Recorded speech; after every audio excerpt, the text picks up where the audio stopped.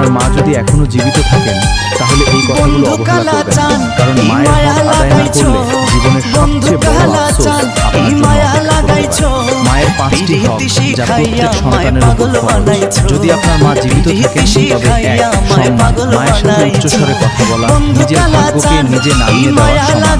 যে ব্যক্তি মায়ের সম্মান করে আল্লাহ মানুষের মনে তার সম্মান বাড়িয়ে দেন। সময়। মায়ের কাছে টাকার চেয়ে আপনার দেওয়া সময়টাই বেশি মূল্যবান।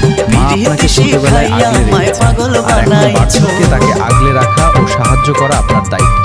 মায়ের সেবা কখনো বৃথা যায় না। 4. দোয়া নেওয়া। মায়ের একটি সত্যিকারের দোয়া আপনার ভাগ্য বদলে দিতে পারে। 5. ধৈর্য।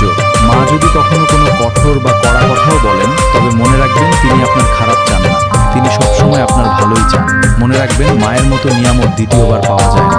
যতদিন তিনি পাশে আছেন তার কদর করুন। আজই মায়ের কাছে যান, তার খোঁজ